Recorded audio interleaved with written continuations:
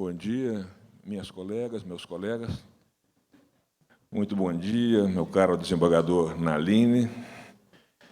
Eu quero, inicialmente, dizer, desembargador Naline, que Minas Gerais é uma terra sempre imprevisível e sempre nos prega surpresas, sobretudo aos próprios filhos, porque eu não sabia que teria a honra de estar ao seu lado aqui, e por isso vim sem gravata. E vim de boné. O boné é fácil, eu posso tirar. Está aqui. Quando eu fiquei sabendo que eu teria que ficar aqui, me ocorreu a lembrança de um fato acontecido com Mário Palmério, quando era embaixador em Assunção, no Paraguai. Teve que ir a uma cerimônia, e não achava gravata, olhou o sapato novo que tinha, tirou o cadastro e fez. Do cadastro, fez improvisou uma gravata. Pensei em fazer isso, mas sabia que não ia dar certo. Então, o senhor me desculpe que eu vim sem gravata. Eu vou ler uma síntese da sua biografia, uma síntese de passos da sua carreira aqui, mas antes quero dizer também o seguinte, o senhor é, sobretudo, egresso da grande magistratura paulista, aquele grande tribunal paulista. Alguns mineiros passaram por lá. Eu lhe disse sobre o desembargador Vaz de Andrade, que presidiu o Tribunal Paulista, como o senhor também. E é interessante essa ligação de paulistas com mineiros, porque acaba havendo um entrelaçamento. O desembargador Vaz de Andrade, ele morou, quando estudante em Belo Horizonte, em uma pensão de estudantes da dona Luizinha, que era minha tia bisavó, na esquina de rua Rio de Janeiro com Guajajaras. Depois foi brilhar lá em São Paulo. O seu tribunal deu ao Brasil Laudo de Camargo, essa figura exponencial da magistratura brasileira. E fui me lembrando rapidamente também ali de um outro ponto muito importante, como que o magistrado de carreira é respeitado por aqueles que estão na carreira.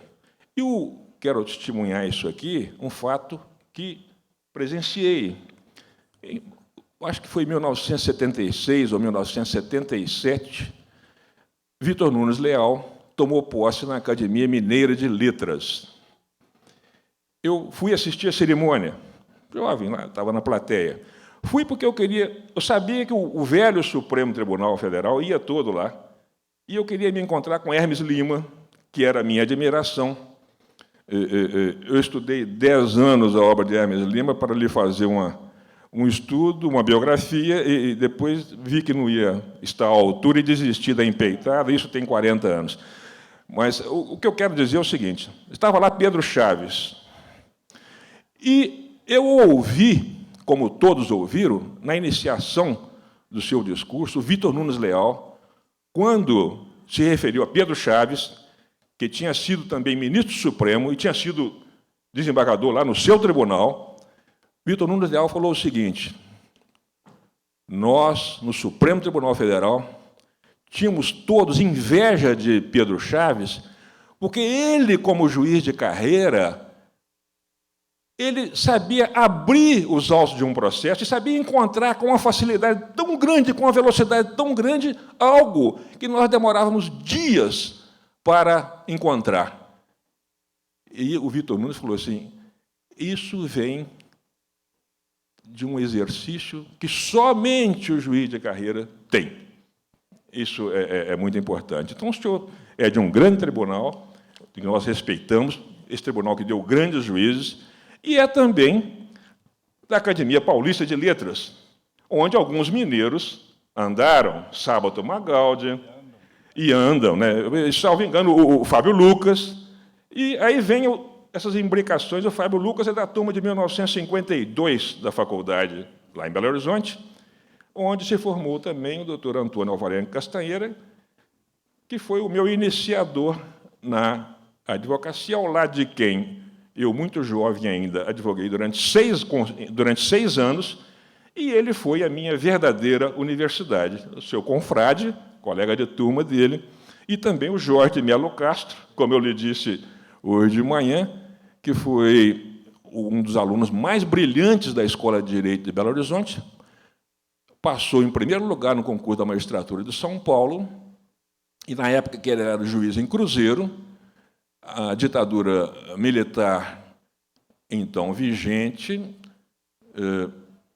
iniciou um programa denominado Ouro para o Bem do Brasil, e, no estado de São Paulo, o governador Adhemar de Barros mandou uma circular para todos os juízes, determinando que colhessem ouro na cidade. As senhoras davam anéis, brincos, os homens davam lá o que tinham de ouro, e o juiz, então, encaminhava para o governo do estado de São Paulo, para as mãos do Adhemar de Barros. O Fernando Humberto deve se lembrar disso. E o Jorge Melo Castro recebeu a comunicação do governador, jogou no lixo, naturalmente, e não ia se prestar a isso. Veio a segunda, lixo de novo, e a terceira foi a sua aposentadoria compulsória. E uma ave foi ferida em pleno voo, uma das pessoas mais brilhantes não conseguiu chegar ao Tribunal de São Paulo por causa dessa injustiça. Então, são esses aspectos que o que eu quero dizer com isso é o grande respeito que temos pelo Tribunal de São Paulo, pelos seus juízes, e também lembrando os mineiros que foram lá e honraram a dignidade judicial com atos como esse de Jorge Melo Castro, que eu estou lembrando aqui agora. O senhor não precisa de eu leia o seu currículo. O senhor é um homem, nacionalmente, é um nome nacional. Né? Eu só quero pontuar aqui o que está escrito. Antigo presidente do Tribunal de Justiça de São Paulo, secretário de Estado de Educação, membro da Academia Paulista de Letras, ex-presidente da Academia, membro da Academia Brasileira de Educação, atual reitor da Uniregistral, professor universitário e autor consagrado, vários livros, Ética da Magistratura, Rebelião da Toga, Ética Ambiental, entre outros. Então, estaremos aqui atentos às suas palavras e, em razão disso, eu lhe passo o comando do espetáculo. Obrigado.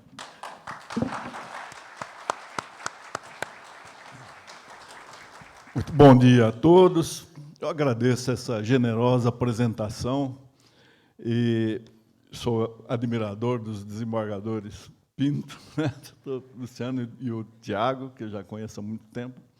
Volto a Minas com uma grande alegria, porque fui muito amigo de Lincoln Rocha, de Sálvio Figueiredo Teixeira, que me abriu as portas das escolas da magistratura do mundo, né? Um homem que sabia dividir, que sabia partilhar a sua experiência, um homem que não tinha ciúmes dos colegas, né? Maravilha. E Ricardo Fiuza, né, que nos acompanhava nessas viagens. Então, disse há pouco que, embora não seja mineiro, meus filhos têm sangue de Minas, porque a minha mulher é da família Caldeira Brant. Então, eu levo um pouco de Minas em casa, meus filhos, meus netos. E visitar Ouro Preto é mergulhar no sonho da liberdade, né? Neste lugar em que tudo começou, a nacionalidade, a vontade do Brasil ser uma grande nação, o empenho, o furor cívico, né? Fazer com que as pessoas oferecessem a vida por essa ficção chamada liberdade, que é mais interna do que exterior. E a Magis me deu uma grande alegria me convidando para esse encontro, porque eu tive contato com uma pessoa que já foi citada aqui, né, o juiz Auro, que é uma das pessoas mais educadas, mais gentis, mais fidalgas, né, que eu conheci. E a alegria de rever uma aluna querida, a juíza Tereza Azevedo, né, que nos acompanhou aqui, a minha irmã, juíza também, meu filho e eu. E depois desse show da apresentação da nossa colega Antônia Faleiros, falei, que coisa, eu ser depois dela. Devia ter começado antes, né? Porque depois, aí seria como uma Santa Ceia, vem o melhor vinho depois. Não, vocês vão ter vinho estragado agora, não é, ministro Rezec? Mas, quando me foi proposta essa reflexão, e eu penso que é uma conversa, uma reflexão, quem sou eu para fazer uma previsão, né? Nós que estamos assim sempre assustados com o inesperado, nós conseguiríamos prever 10 anos atrás o que teria acontecido para o Brasil? Não, é tudo imprevisível, como Vossa Excelência disse. Mas, de qualquer forma, a ideia de horizonte, e a Antônia falou 2 ou 3 vezes em horizonte, a ideia de horizonte é de uma linha a perder de vista, em que céu, terra e mar parecem se confundir. Literariamente, horizonte é meta a atingir, misto de utopia e esperança. Para quem ama a justiça e se casa com a magistratura, o horizonte não pode deixar de ser, senão um sonho. E Fernando Pessoa falou tão bem sobre o que seria sonho. O que é sonho? Sonho é ver as formas invisíveis da distância imprecisa e com sensíveis movimentos da esperança e da vontade, buscar na linha fria do horizonte a árvore, a praia, a flor, a ave, a fonte, os beijos merecidos da verdade. A nossa missão de magistrados é procurar servir a verdade. E qual é a verdade da magistratura? Nós estamos numa era de fake news, né? Sempre existiu, mas não com esse nome. E há muita inverdade sobre a magistratura, principalmente sobre a nossa magistratura brasileira, tão plural. Falam que somos privilegiados, que temos 2 férias, conversamos só conosco mesmos, e nós somos corporativistas. Ouço constantemente dizer o corporativismo não deixa o Brasil se desenvolver. Só que a avaliação da magistratura feita pela sociedade ou por parte dela não equivale ao conceito que nós mesmos fazemos da nossa atuação.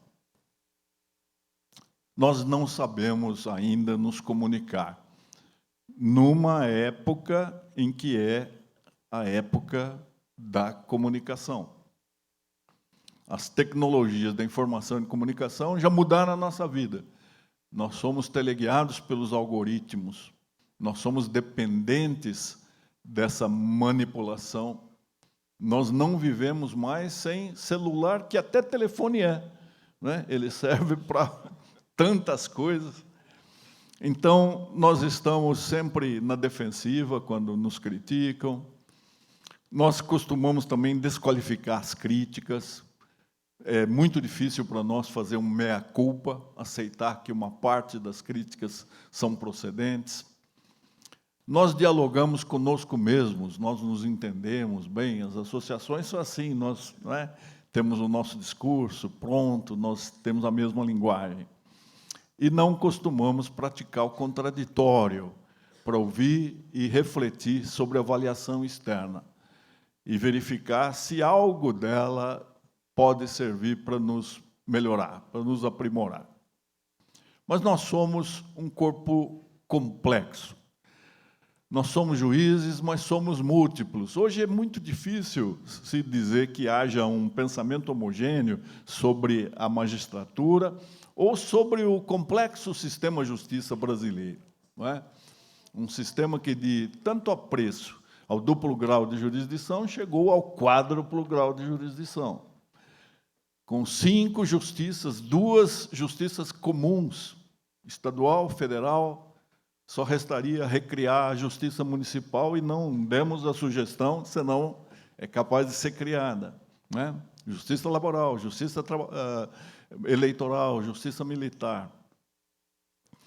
Mas é muito bom que sejamos plurais, né? Nós somos servos de uma Constituição que adotou como princípio o pluralismo. Não é próprio do ser humano ser homogêneo.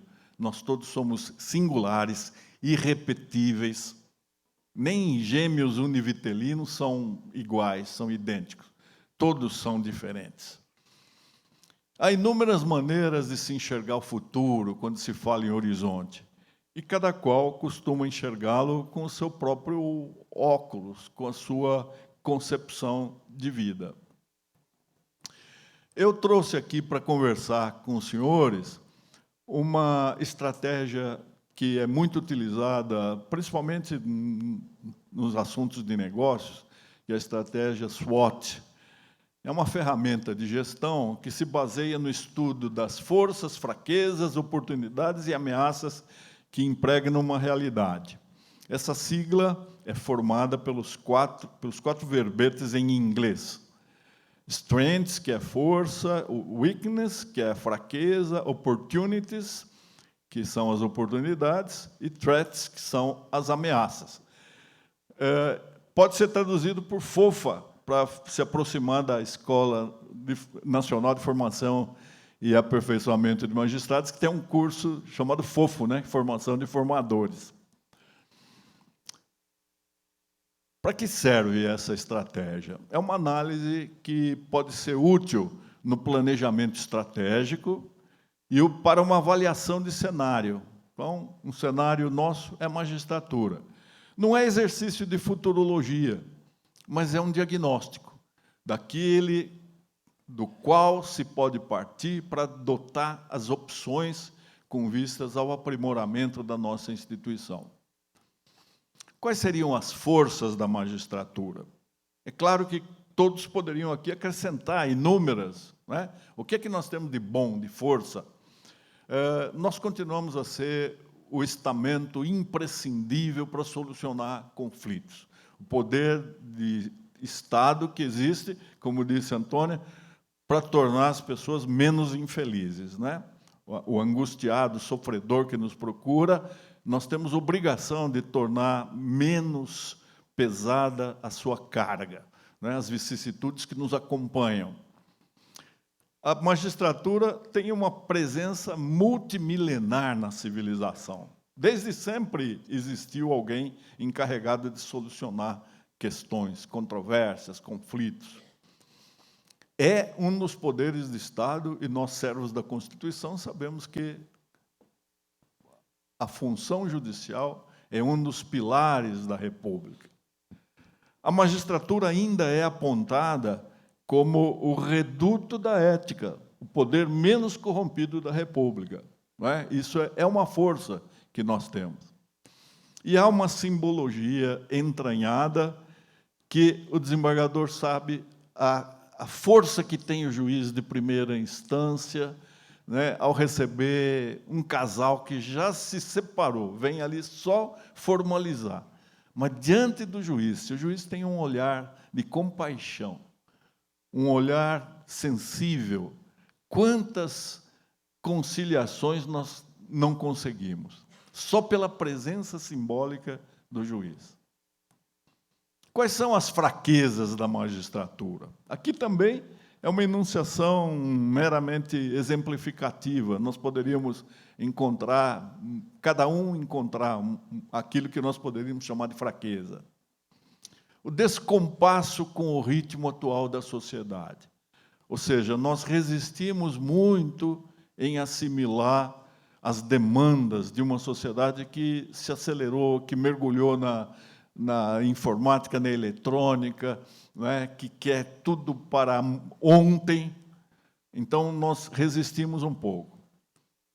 Nós temos um desgaste da substância da magistratura, porque nós vamos deixando a ética apenas como uma palavra no discurso, mas com uma vivência que, às vezes, nos dá oportunidade para dizer poderíamos ser melhores.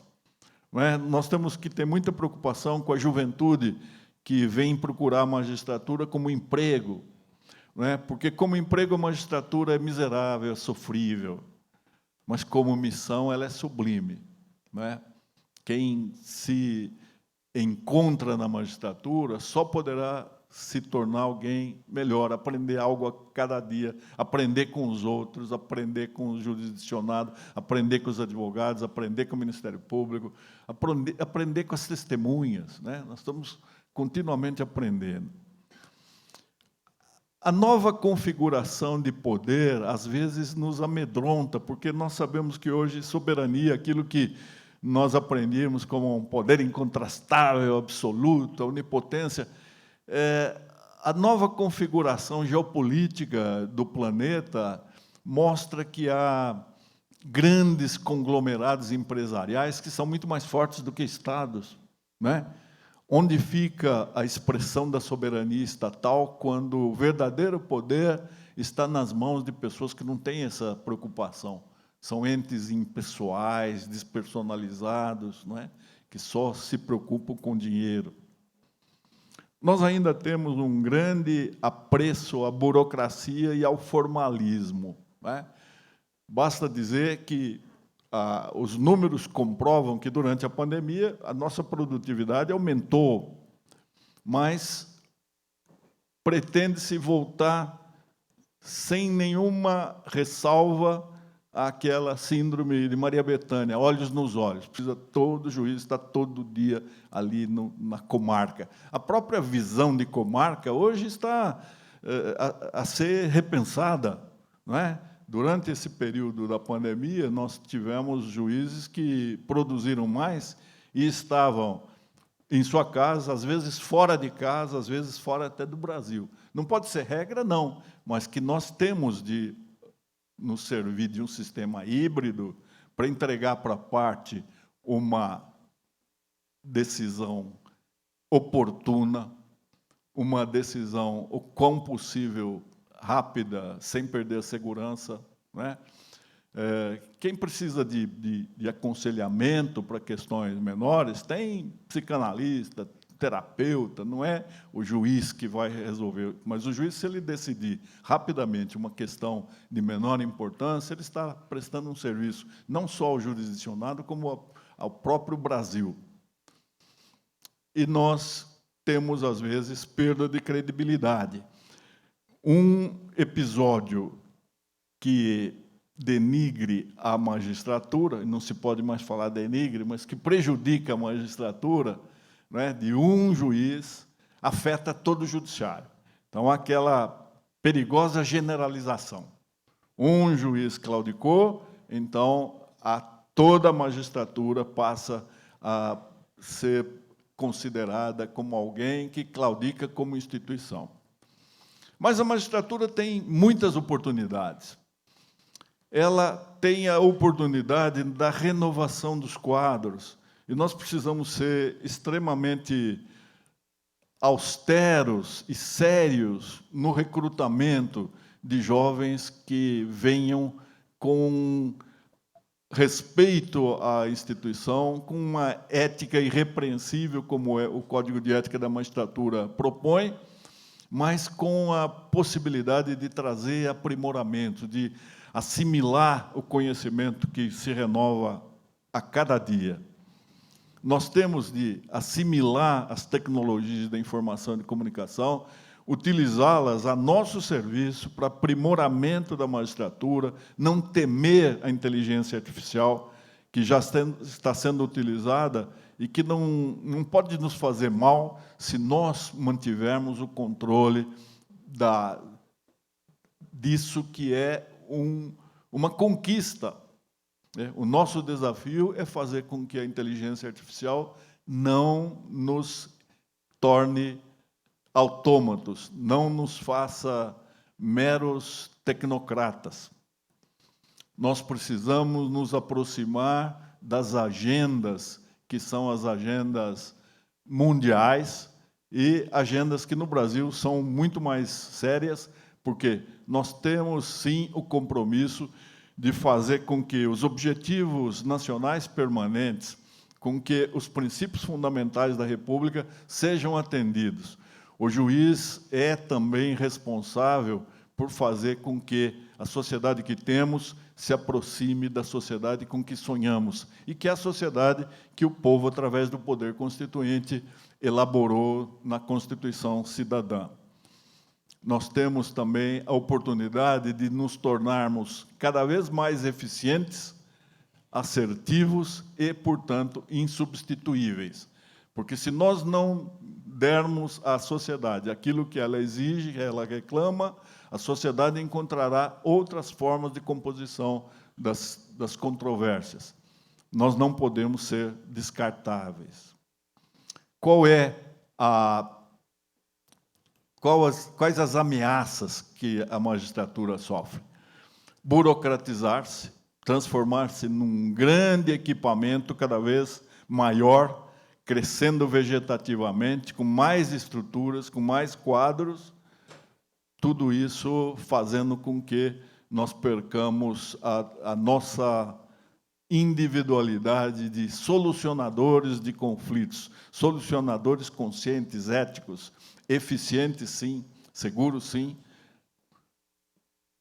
Outra ameaça é ceder automaticamente à tecnocracia, perdendo o controle daquilo que a ciência e as suas servas, as tecnologias, podem nos trazer.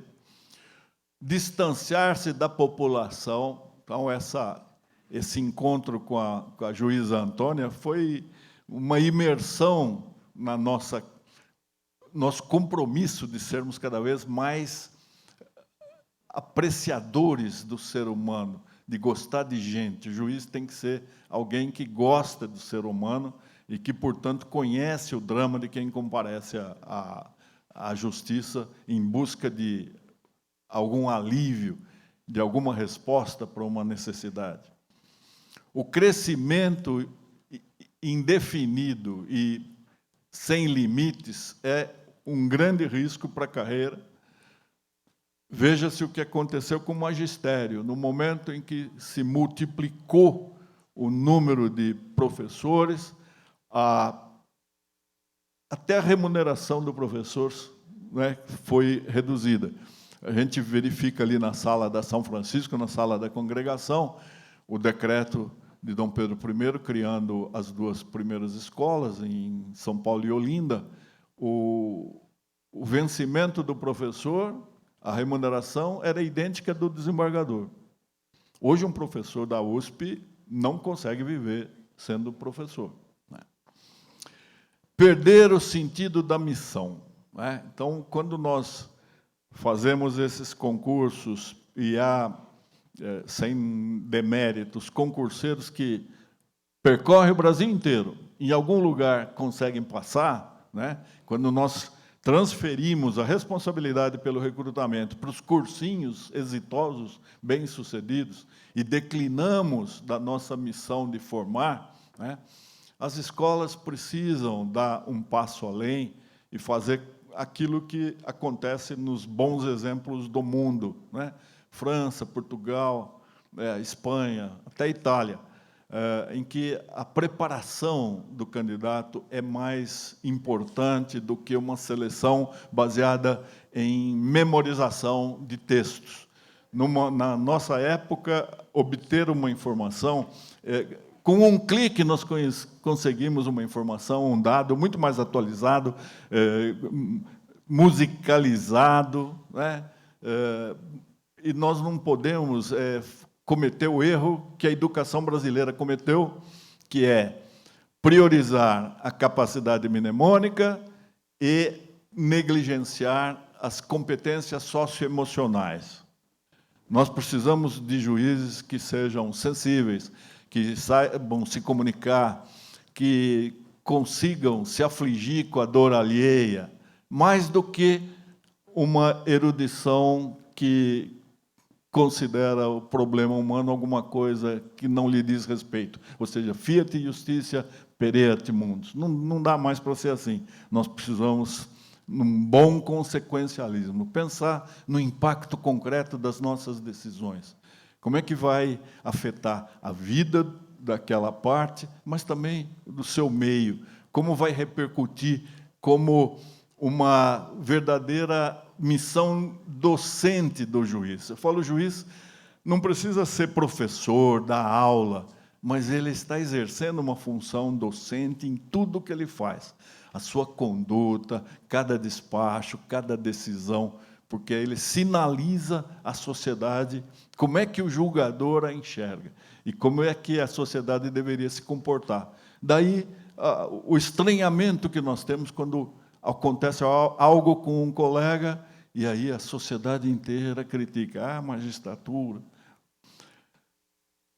É lógico que nós temos outras visões, isso aqui é mais uma matéria para reflexão, cada um sabe exatamente o que faria para aprimorar a magistratura, né? Eu gosto muito do Zé Eduardo Faria, meu amigo, professor da filosofia da São Francisco. Ele, há muitos anos já, ele estuda magistratura, e ele fala que há 4 perigos para a magistratura. O primeiro perigo são as consequências sociais da transnacionalização, que trazem exclusão social, o crescimento das desigualdades, né? As estatísticas dizem que nós temos 33 milhões de famintos. Não é possível que o celeiro do mundo conviva com fome. O segundo perigo são o desequilíbrio dos poderes e a relativização da soberania, com protagonismo do judiciário. Isso todos os dias a gente vê na mídia, né, os comentários a respeito da posição e da atuação da magistratura. Eu tento defender o protagonismo do Supremo, dizendo não é o Supremo que vai procurar os problemas. É uma Constituição que trata de tudo, uma Constituição analítica, a segunda maior do mundo. Ela entrega todos os problemas para o Poder Judiciário, né? E o Supremo, provocado, tem de responder. Continua o Zé Eduardo Faria, né, falando nos perigos. O terceiro é a fuga de capitais, que preferem maior coeficiente de segurança jurídica, previsibilidade e celeridade. Nós todos nos lembramos que o Banco Mundial quis fazer reformas aqui, querendo previsibilidade, né? Mas como pretender essa utopia da segurança jurídica quando nós temos uma profusão normativa? Não faltam normas no Brasil, a partir da Constituição, e depois uma prolífica produção normativa. A cada dia, o juiz é obrigado a acompanhar as mudanças que ocorrem, né? Fora o nosso veso de produzir leis em que, embora tenha uma ementa, o que nos levaria a pensar que ela vai resolver determinado assunto, depois incluem outros assuntos que as pessoas chamam de jabuticaba, né? Que é algo que na justiça penal acontece muito, criação de crimes e multiplicação de crimes. Instrumentalização ideológica de temas como saúde, ocupação de terras, relações trabalhistas, etc. Principalmente agora com uma polarização que nunca houve, né, no Brasil de uma forma tão acentuada, né? Famílias que se separaram, né, discussões intermináveis, né, fanatismo de ambos os lados. E nós estamos ali, na cena judiciária, tentando dar a cada um o que é seu. Então, há um papel contraditório reservado ao juiz, né? Ele trabalha com um arcabouço punitivo para segmentos marginalizados. Simultaneamente, ele deve ter coragem de exercer a função distributiva de adoção de critérios compensatórios para reduzir a desigualdade social. É muito complexa a missão do juiz brasileiro. Um outro paradoxo: ele é acionado pelos excluídos para fazer valer o imenso catálogo de direitos fundamentais e é ignorado pelo poder transnacional, que faz as suas regras e só recorre ao judiciário quando quer se valer da sua lentidão e dos seus entraves burocráticos. Causa-me muita tristeza pensar que, em estados mais desenvolvidos, nós temos aquele lesado que fala para o ofensor: eu vou encontrar você na justiça, meu day in court. E aqui no Brasil, é o ofensor que fala: vá procurar seus direitos na justiça. Não é acaso isso, né? Então, já falei das 4 instâncias, um caótico sistema recursal. Não é possível ter tantas oportunidades para rever, para reapreciação, não é? Isso trivializa a função judicial. Modernizar-se, portanto, né, num horizonte, nós precisamos nos modernizar, sim, mas modernizar-se não é construir mais palácios, é, sim, a possibilidade de se trabalhar em qualquer lugar. É isso que vai forçar uma revisão dos espaços, das comarcas, do trabalho judicial. Isso virá, queiramos ou não. Nós precisamos estar preparados. Nós não podemos pensar que modernizar-se é crescer vegetativamente. Eu falei do risco do magistério. Modernizar-se não é só assimilar as tecnologias, das quais nós seremos servos e não senhores. Nós não podemos temer a inteligência artificial, como disse há pouco. O próprio ChatGPT respondeu que a função de juiz está a salvo, como outras ele exemplifica: cuidador, professor, bombeiro, jardineiro, enfermeiro, terapeuta e algumas outras. Experimente fazer a indagação para o ChatGPT. Eu fiz. O juiz vai desaparecer? O juiz vai ser substituído pela inteligência artificial? E ele responde isso. Então, nós temos sim de aproveitar, nos servir da inteligência artificial para que ela nos auxilie, mas que nós não percamos a perda de sensibilidade, não percamos a sensibilidade, não percamos a humanidade, não percamos a criatividade. Como eu recebi o avisinho de que o tempo esgotou, eu até me confundo aqui, né? Mas vou deixar dos livres logo. Modernizar-se pode ser, não tenho certeza, mas recrutar com outros critérios, fazer valer as competências socioemocionais, que são muito mais importantes do que a memorização de textos, dados e informações. Modernizar-se pode ser enfatizar a vivência ética. Um juiz irrepreensivelmente ético, como o código editado pelo CNJ propõe, embora ele não seja obrigatório, o CNJ apenas exorta o juiz a observar o código, é mais importante ser ético do que ser erudito. Modernizar-se pode ser abrir-se para ouvir a comunidade dos destinatários. O juiz é especialíssimo, qualificado, excepcional servidor, mas é servidor. Está a serviço de um destinatário, o povo, o único titular da soberania. Eu disse que horizonte é utopia.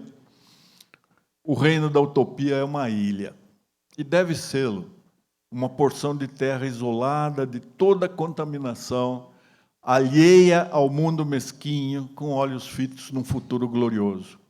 E desse reino, nós somos os artífices. Depende de nós traçar, dentro de alguns condicionamentos que são naturais ao ser humano, nós somos artífices.